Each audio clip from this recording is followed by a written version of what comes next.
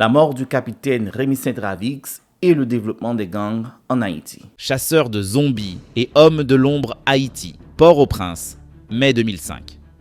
3 chefs de gang, chacun à la tête d'un groupe armé, furent identifiés comme la cause de tous les maux. Ils surpassaient en nombre et en puissance de feu la police nationale haïtienne, selon l'aveu même du plus haut gradé de la PNH, Léon Charles.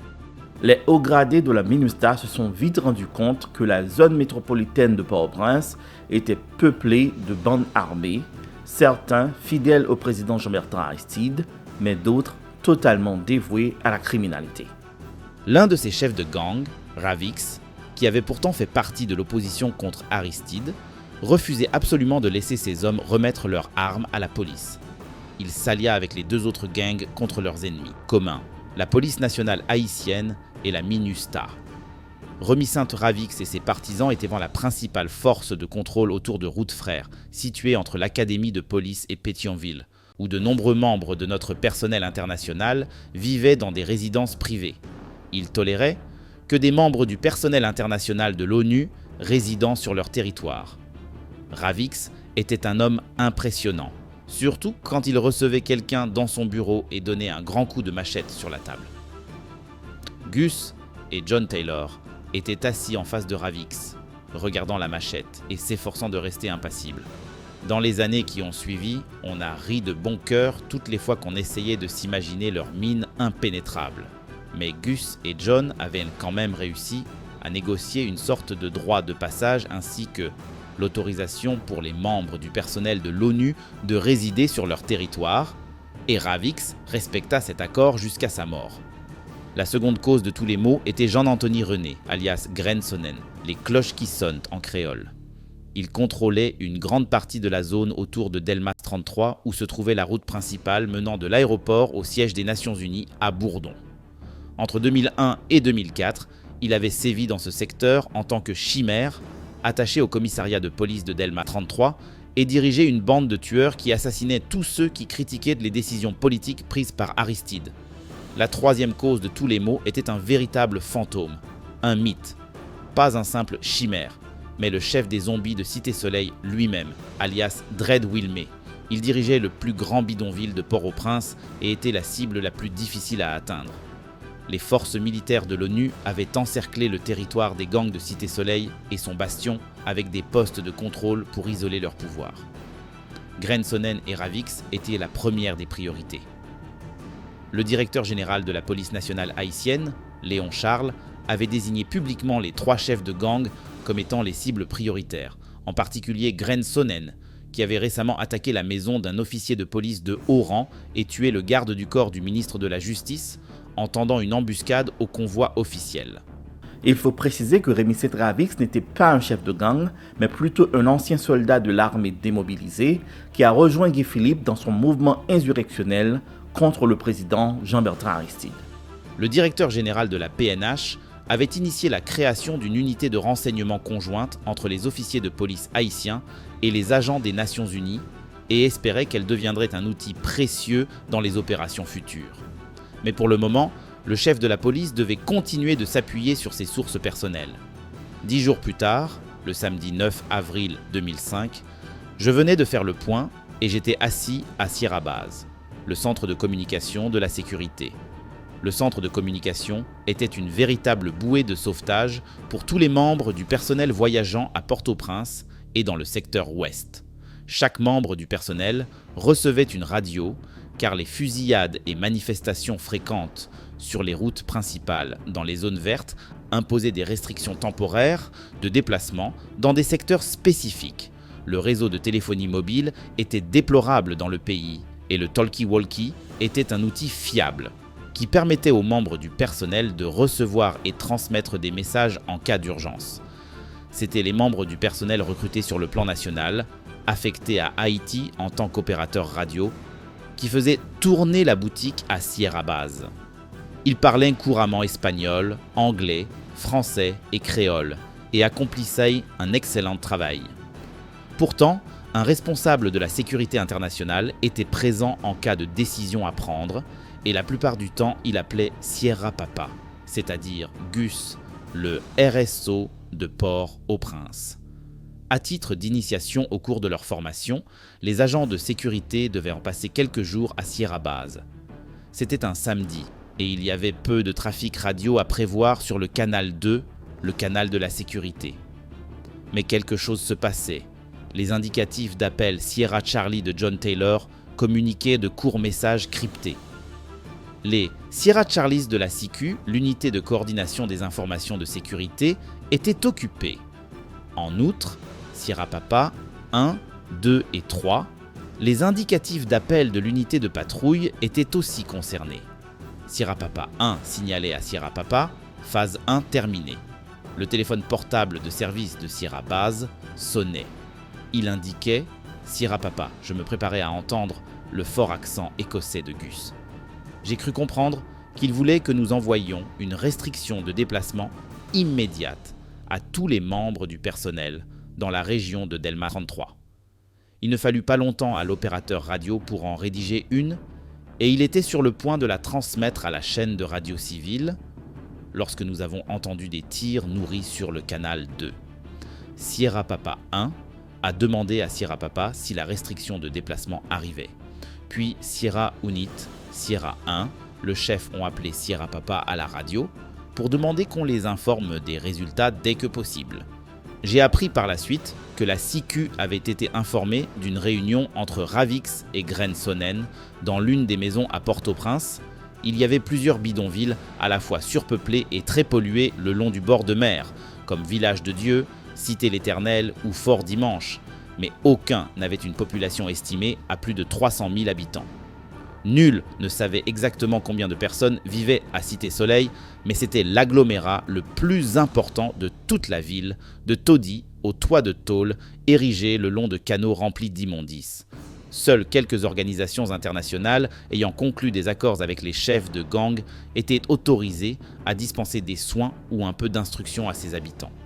Si négligée et défavorisée que fût la population de ce bidonville, elle se révélait d'une importance capitale quand des mouvements de masse étaient nécessaires.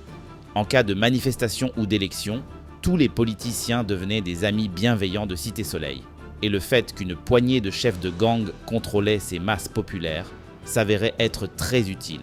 En général, les manifestations en Haïti étaient un événement organisé et financé par quelques individus, où Sonnen se croyait en sécurité à Delma 33. Les troupes brésiliennes de l'ONU sont restées aux côtés de la police nationale haïtienne, jusqu'à ce que le contact confidentiel de la SICU confirme leur présence. Ravix a été abattu sur le coup avec 6 de ses soldats. Grensonen s'en est sorti avec juste quelques blessures. La SICU suivait déjà l'infirmière préférée du gang qui leur avait dispensé des soins médicaux dans le passé et a envoyé un informateur pour confirmer sa planque. Le même dispositif fut appliqué le lendemain dimanche et marqua la fin de Grensonen et de 5 membres de son gang.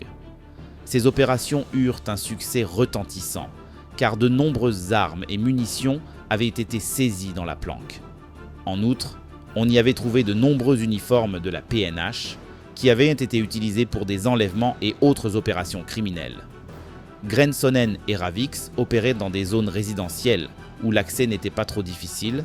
En revanche, pour la troisième cible, Dread-Wilmé à Cité Soleil, c'était une autre histoire. Sans mandat ou autorité légale, Ravix est devenu un élément gênant pour les forces onusiennes compte tenu de ses envolées médiatiques et de ses défilés en treillis dans les rues de la ville de Petit-Goâve. Ravix était perçu comme un élément dangereux à neutraliser. Car il vivait au pays des zombies. Les manifestations de Lavalas, à l'époque, mobilisaient de loin le plus de monde. Pas nécessairement pour des raisons de popularité, mais parce qu'elles étaient soutenues par des gangs criminels contrôlant des zones très peuplées. Un chef de gang et son ordre de mobilisation pouvaient fournir quelques milliers de manifestants. C'était aussi très rentable, car l'organisateur ne devait payer que le chef de gang, et non pas chaque manifestant. Non seulement ces bidonvilles pouvaient-ils produire des manifestants sur demande, mais les gangs avaient la main mise sur les électeurs potentiels dans ces zones très peuplées. Aristide n'avait pas besoin de la majorité des électeurs haïtiens pour gagner en 2000. Il avait juste besoin que Cité Soleil et les autres bastions de Lavalas puissent voter en sa faveur. Et en même temps, il n'avait qu'à s'assurer que les électeurs du reste de Port-au-Prince aient trop peur pour voter, Soit les électeurs en dehors de Port-au-Prince étaient ignorés, soit le matériel électoral n'arrivait jamais dans la capitale dans sa version originale. Le système a toujours bien fonctionné, en tout cas, et aujourd'hui encore, les votes de ces quartiers pauvres sont utilisés de façon abusive par les politiciens et leurs bailleurs de fonds pour changer la donne dans les élections. Les politiciens haïtiens ont toujours cherché à contrôler les grands bidonvilles de Port-au-Prince, soit par l'argent ou par la violence, dans le but ultime d'en soustraire des votes et d'assurer leur réussite politique sans tenir compte des besoins de ces quartiers appauvris. Dread Wilmé n'était pas le seul chef de gang de Cité Soleil, mais il était le plus connu. Pour la plupart des Haïtiens, Cité Soleil était un endroit où ne vivaient que des monstres, et Dread était le seigneur des ténèbres. Il découpait le cœur de ses ennemis et le mangeait. Tout le monde savait ça. Un peu mélodramatique, pensais-je, mais on m'a dit que ce cannibalisme faisait partie de la magie noire vaudou, la sorcellerie. Un puissant esprit des ténèbres protégeait des Baals Dread Wilmé, mais exigeait un sacrifice ou plutôt de fréquents sacrifices. Il pouvait s'agir de la mort d'un ennemi, et dans ce cas, manger son cœur l'aidait à absorber ses forces vitales. Je me demandais s'il y avait un chef de gang végétarien. Est-ce que ça marcherait aussi avec un concombre ? L'esprit vaudou était même physiquement présent sous la forme d'un petit ours en peluche que Dread avait accroché autour de son cou. Il était censé le rendre aussi indestructible qu'une balle blindée. C'est alors que j'ai commencé à me rendre compte que le vaudou ne consistait pas uniquement à planter des petites aiguilles dans une poupée comme dans les dessins animés, et que j'ai gardé pour moi mes commentaires de non-initiés sur ces histoires. Les Haïtiens qui me racontèrent ces histoires les prenaient très au sérieux. Mon ami Franz avait raison quand il m'a dit « Peu importe si j'y crois, le fait que chaque Haïtien y croit, c'est ça qui fait la puissance du vaudou. » Il s'intéressait beaucoup à l'art haïtien, souvent lié à la dimension spirituelle du vaudou. Lorsqu'il achetait un tableau, on l'avertissait toujours des effets négatifs et positifs possibles de sa force spirituelle. Le vaudou était lié à la connaissance des plantes et des poudres. Il avait un pouvoir de guérison, mais pouvait aussi empoisonner quelqu'un. J'ai été témoin à plusieurs reprises de son influence sur les Haïtiens. Je le considérais un peu comme une sorte d'effet placebo, comme lorsqu'une personne reçoit une pilule qui ne contient que du sucre, mais croit que c'est un médicament et qu'elle guérit. L'esprit humain était puissant et pouvait accomplir de grandes choses s'il n'était pas envahi par le doute. La population avait très peur de la magie noire du vaudou.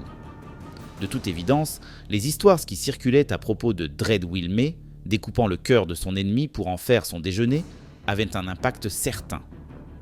L'enfance de Dread me rappelait la vie des enfants soldats en Afrique, sauf qu'il avait été recruté et endoctriné dans un orphelinat au lieu d'un camp de réfugiés. Comme de nombreux enfants de la capitale, mais surtout de Cité Soleil, il avait grandi sans parents ni foyer. Personne ne savait à quel moment ils étaient devenus orphelins. Certains ont juste été donnés par leurs parents.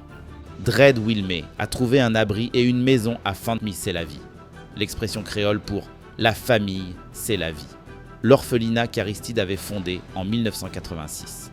Avec 300 autres orphelins, il est devenu le bras radical du mouvement Lavalas. Danny Toussaint, membre fondateur de Lavalas, garde du corps d'Aristide et officier de l'armée haïtienne, avait accordé toute son attention à l'orphelinat. Selon certaines informations non confirmées, il aurait enseigné aux orphelins le maniement des armes à feu et les tactiques de base de la guérilla. C'était tout à fait vraisemblable, car les enseignements du Brésilien Carlos Marighella en matière de guérilla urbaine n'étaient pas seulement répandus dans les cartels de la drogue et les groupes de guérilla colombiens, mais également chez leurs homologues haïtiens. Cela pourrait également expliquer l'utilisation réussie de stratégies d'embuscade contre les opérations conjointes PNH, MINUSTA, avec des techniques simples mais efficaces, telles que des tranchées anti-chars et des pièges à cocktail Molotov. Dread Wilmé, l'orphelin, était aujourd'hui le zombie le plus recherché de l'île, mais personne ne savait à quoi il ressemblait. Ni la PNH ni la MINUSTA n'avaient de photos de lui. Je savais que John Taylor et Gus y travaillaient et je laissais faire les pros, comme dit l'hébreu. J'ouvrais grand mes yeux et mes oreilles. John Taylor et Gus ont commencé à me mettre de plus en plus au parfum et m'ont même emmené à des réunions confidentielles. Certaines de ces réunions se tenaient dans un petit bar à Pétionville, situé selon la circulation entre 10 et 50 minutes de l'hôtel Christopher. Je restais près de l'entrée. John Taylor s'asseyait autour d'une table avec 4 hommes qui restaient dans l'ombre, de grands types à l'air dangereux, du moins à en juger par le peu que je voyais dans l'obscurité. La première fois, j'ai vu leur tête se tourner vers moi pour m'examiner. Je savais qu'ils envisageaient de m'inclure dans le groupe, et Gus et JT me testaient pour voir si je pouvais garder les choses pour moi. La discrétion est une compétence précieuse au sein des Nations Unies.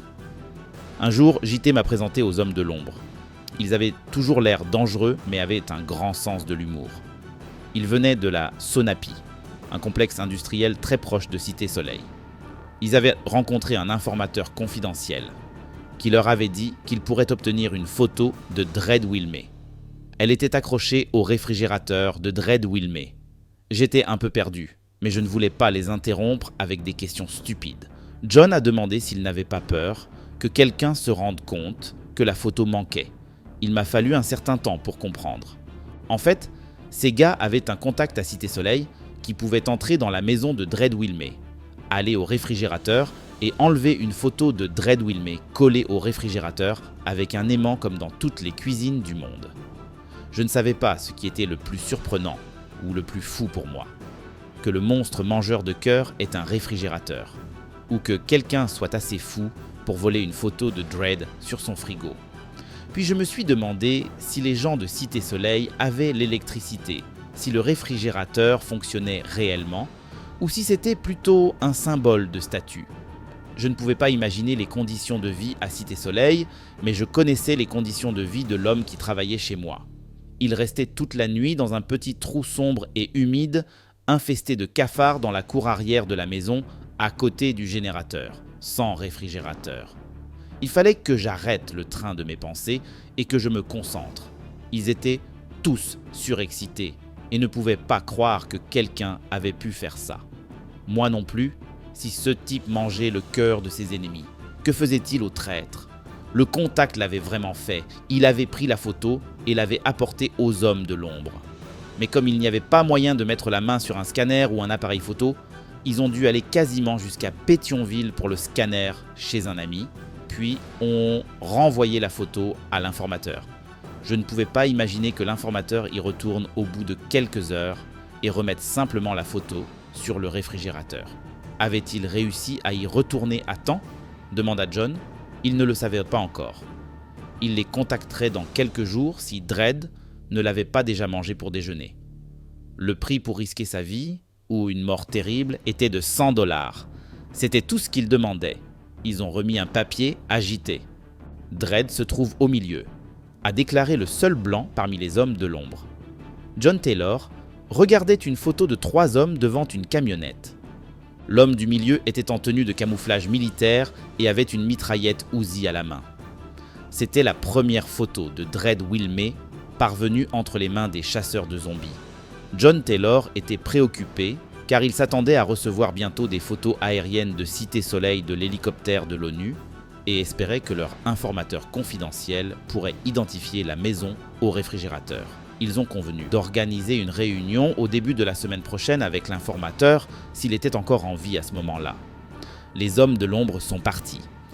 John Taylor et moi sommes allés à Boucan-Grégoire, un bar-restaurant situé plus haut à Pétionville, pour y rencontrer Gus. Le bar se trouvait à l'extérieur du restaurant sous une petite tonnelle, mais était séparé de la rue par un immense mur. Gus était assis à l'une des petites tables avec un homme blanc et maigre. Il avait l'air américain et à voir son drôle de sac noir, j'ai compris qu'il portait une arme à feu. Il faisait peut-être partie des services américains, il s'est présenté comme Tommy Dutch. John a fait aux 2 hommes un bref résumé de la réunion. Il connaissait les guerriers de l'ombre. John leur a donné la photo et a mentionné qu'il allait recevoir une version électronique par email. Tommy Dutch s'est mis à l'écart pour passer un appel téléphonique. Gus les a mis au courant de l'opération photo aérienne et a déclaré que l'équipage de l'hélicoptère de l'ONU du contingent chilien était prêt à fonctionner vendredi avec leur Augusta Bell 212. Puis on a parlé d'autres choses et on buvait de la bière pendant que j'écoutais et posais parfois des questions. Je venais de boire une gorgée de ma bouteille de prestige lorsque des Haïtiens lourdement armés sont entrés dans le bar. 4 Haïtiens vêtus de noir avec un badge à la poitrine se sont déployés dans le bar ouvert. L'un est entré dans le restaurant avec son T-65, une version d'exportation du célèbre fusil d'assaut américain M16. Gus, JT et Tommy Dutch avaient l'air très détendus, alors je me suis rassis tranquillement sur mon haut tabouret. Un homme en uniforme de la police haïtienne est entré, protégé par 3 hommes en costume, un pistolet à la main. L'appel téléphonique de Tommy Dutch. Il avait organisé une réunion avec Léon Charles, le directeur général de la PNH. Gus, JT et Tommy Dutch l'ont accompagné à l'intérieur. J'étais chargé de surveiller le drôle de sac noir de Tommy Dutch et la photo de Dread Wilmé. Gus m'a dit ensuite qu'il lui avait demandé de requérir le soutien de la MINUSTAH pour une opération à Cité-Soleil sur la base d'informations de renseignements crédibles. Ni la MINUSTAH, ni le chef de la police n'avaient encore besoin de savoir d'où venaient les informations. J'étais confus, cela semblait très compliqué si notre manager pouvait faire de même. Mais JT et Gus ne voulaient pas trop attirer l'attention sur eux, ni sur Tommy Dutch ou les hommes de l'ombre. Gus m'a expliqué plus tard qu'une fois que l'armée des Nations Unies était officiellement impliquée, il pouvait entrer en contact directement avec les troupes. Le chef de la PNH n'avait pas besoin de savoir à quoi ressemblait Dread Wilmé. Il n'avait même pas besoin de savoir qu'il existait une photo de lui. La PNH ne devait participer activement à aucune opération à Cité-Soleil. Les textes officiels exigeaient également que ce soit la police nationale haïtienne qui demande à la MINUSTAH d'intervenir. Dans la version officielle, la PNH dirigeait toutes les opérations, bien sûr. Gus m'a aussi dit qu'en Haïti, la clé du succès était le contrôle absolu des informations et de qui les détenait. Je suis resté ce soir-là, comme beaucoup d'autres soirs, pour en savoir plus grâce à Tommy Dutch. Quand ça n'allait pas, et qu'on pensait presque tous qu'Haïti était perdu, il trouvait toujours un point positif à relever. Il comparait le développement d'Haïti à l'évolution, lente mais imparable. Ces réunions sont devenues petit à petit l'occasion de faire le point de temps en temps avec les différentes entités de sécurité et les hommes de l'ombre. Notre collègue et ami Franz nous y rejoignait en général plus tard et me déposait chez moi. Franz avait déjà quelques années de plus que moi sur le terrain. À l'époque, il entamait une procédure de divorce et il me disait toujours « Regarde-moi bien, je vis ton avenir ». C'était le genre de mec qui, capturé par une tribu de guerriers dans la jungle ou au fin fond de la Somalie et condamné à mort, réussirait à recouvrer la liberté en faisant un échange, à défier leur meilleur chasseur et puis à s'asseoir à la droite du roi lors de la fête officielle de la semaine suivante. On habitait ensemble dans une maison à Route-Frère. Même après la mort de Ravix, la région demeurait hostile. Plusieurs maisons avaient été attaquées en pleine nuit et seule la puissance de feu avait éloigné les assaillants. Une fois que quelqu'un tirait à un endroit, ça se répandait comme une traînée de poudre, d'une part pour alerter le quartier et d'autre part pour faire savoir aux méchants qu'il y avait des armes dans la maison. Franz et moi, nous étions très bien adaptés à cette situation. On commençait à tirer sur le chemin du retour quand on revenait du bar et en général, on continuait quand on arrivait à la maison. Nos colocataires, Christian et Edgardo, ont eu besoin de temps pour s'y habituer. Certaines nuits, nos rafales de mitrailleuses à minuit les réveillaient brutalement. Dread Wilmé s'est aussi réveillé brutalement lorsque les forces spéciales péruviennes de la MINUSTAH sont arrivées chez lui à Bois-Neuf, sans être détectées, et ont lancé quelques grenades à main à travers sa porte et ses fenêtres juste avant l'aube du 6 juillet 2005. C'était le cœur de Cité-Soleil, et une approche non détectée semblait impossible. Il se sentait en sécurité dans sa maison. La direction de l'ONU voulait éviter un massacre, ce qui excluait une invasion massive de la force de la MINUSTAH avec des véhicules blindés de transport de troupes APC, de petits chars militaires équipés de mitrailleuses lourdes et de l'espace pour 8 soldats. Après avoir étudié les photos aériennes, le commandant des forces spéciales péruviennes. En perspective, entre 2005 et 2007, les balles perdues provenant du champ de bataille de Cité-Soleil ont blessé 17 travailleurs dans les locaux de l'acierie d'Haïti situés sur la route nationale 1. Mais la mort de Dread Wilmé avait épargné la population de Cité Soleil. Le chef des opérations était convaincu qu'il pouvait diriger une équipe d'assaut jusqu'à la maison. Même si les APC et les troupes brésiliennes de l'ONU se tenaient sur le périmètre extérieur de Cité Soleil au cas où quelque chose se passerait, il était peu probable qu'ils puissent atteindre rapidement les commandos. Les commandos sont venus de la mer à travers le marais. Ce fut un assaut rapide. Les grenades à main ont réveillé Cité Soleil et ont rempli leur mission. Les commandos péruviens ont confirmé la mort de Dread Wilmé avant le retrait et ont disparu dans le marais. Ce type d'opération de commando était malheureusement un événement car les combats à Cité Soleil se déroulaient généralement autour, au-dessus ou au sein de la population et causaient de nombreuses blessures et des morts parmi eux. Les victimes civiles étaient la triste réalité des combats quotidiens, avec une population aussi dense, vivant dans des masures de boue ou des cabanes de bois au toit de tôle. Les militaires de la MINUSTAH tiraient jusqu'à 10 000 salves par jour et les gangs environ 4 à 5 000 balles de fusil. Pour mettre les choses, l'opération contre Dread Wilmé reçut une couverture très négative dans les médias, à l'intérieur et à l'extérieur d'Haïti. Il n'y avait pas eu beaucoup de réactions quand Ravix et Grensonen avaient rencontré une mort violente, mais Cité Soleil reçut immédiatement l'attention des médias. C'était un terrain très politique et il semblait que la MINUSTAH était devenue trop active et productive. Les termes d'engagement de la MINUSTAH ne permettaient pas aux soldats onusiens d'intervenir avec force sans l'approbation des politiciens haïtiens et l'aval de la PNH. Les politiciens à l'époque ont utilisé ce principe pour protéger les bandits qui leur étaient fidèles. À l'époque, je ne comprenais pas l'importance des gangs de Cité Soleil, notamment en ce qui concernait les prochaines élections présidentielles. Des pressions politiques venaient même des pays fournisseurs de contingents de la MINUSTAH, comme le Brésil et le Chili, qui conseillaient aux troupes de l'ONU d'assouplir leur approche. Toutes les opérations concernant Cité Soleil ont été suspendues.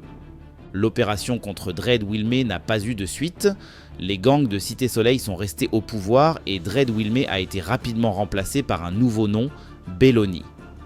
La MINUSTAH se préparait pour le principal événement de son mandat, les élections démocratiques haïtiennes. Les gangs de Cité Soleil ont fait exactement la même chose. Dans la prochaine vidéo, nous allons voir comment le général brésilien en tête des forces onusiennes en Haïti a trouvé la mort dans des conditions douteuses.